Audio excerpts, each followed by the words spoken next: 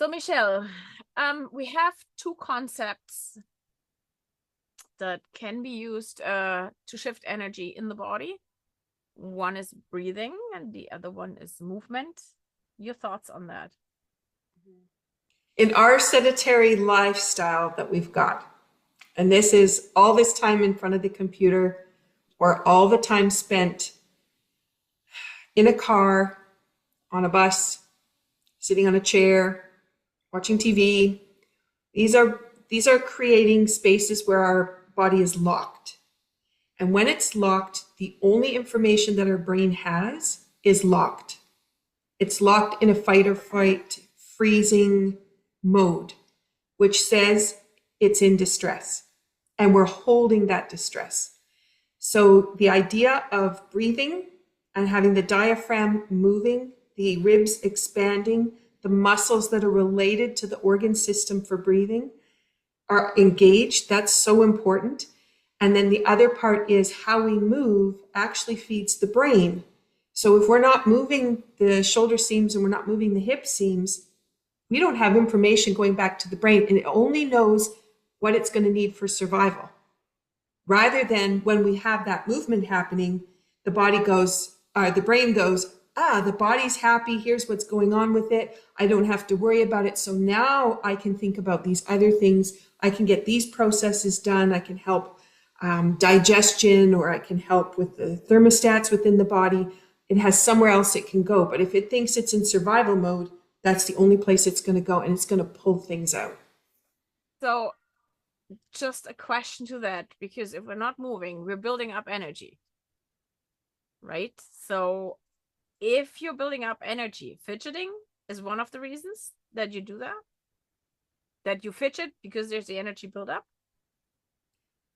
In a way, yes, but it's a blocked energy rather than a free-flowing energy, because there's energy and vitality which you can build and store, but that's not going to show up as a fidget. Yeah, that fidget is showing up with distress in the system. My view, or my perspective on that is coming from touch for health. No, therapeutic touch. Sorry, therapeutic touch. We are free flow, so energy should flow through in order to build you up, because you're always replenished with new energy. But as soon as you have a block, the energy just builds up, and cannot flow. It's like a dam. And what happens when there's too much behind the dam? It bursts. Right. Yeah. And so people don't recognize that. Then they think of themselves as having, I have nervous leg syndrome.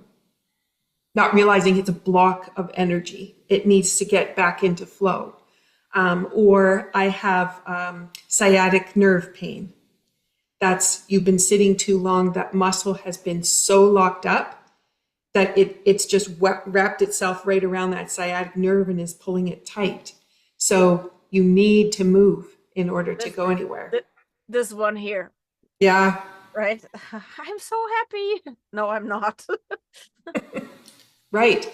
And then they can't understand the jaw is tight. The jaw is tight. Yes. It's telling you how much stress is holding in the system. Yeah. And it's not that we don't do that either, but at least we're aware and we have our tools to get out of it or make it less, right? That's the other part. It's sometimes you cannot avoid stress. Period. And one of the things I noticed for myself yesterday, actually, was I'm noticing more about how sound, especially random sounds when you're in a large group of people, how much that affects me now. Because I do enjoy the quiet. I enjoy listening to nature, but you get that buzz going. And I noticed my shoulders doing that up. And I was thinking, now, what can I do about that while I'm sitting in a group of people in this big crowd and I have to be able to respond quickly when somebody comes to my booth? And so I started doing therapeutic touch in my mind, just cascading my hands over top of my head. And immediately my shoulders dropped and my breath deepened. And it was like, wow, that was so simple how I could transition in just a few moments into that state of relaxation. And I don't think people realize it can be that easy and it can be that quickly. And also that when you recognize it, you can easily have a solution at your fingertips.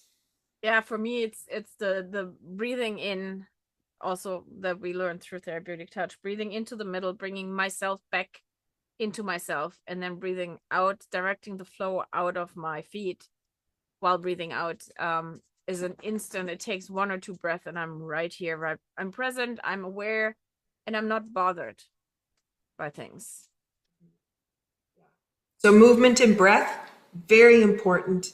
And if you're in a sedentary day and you find yourself locked up for hours, consider how much movement you're going to do to counter that. And probably not a lot. So it's really important that you engage with those of us who work in this field to help you understand how you are putting yourself into distress and how you can easily change it. Big point in that is then too, when you're sitting too much, your lymphatic system will not work because it needs the pump. Yeah. And darn those ankles, hey? Yes.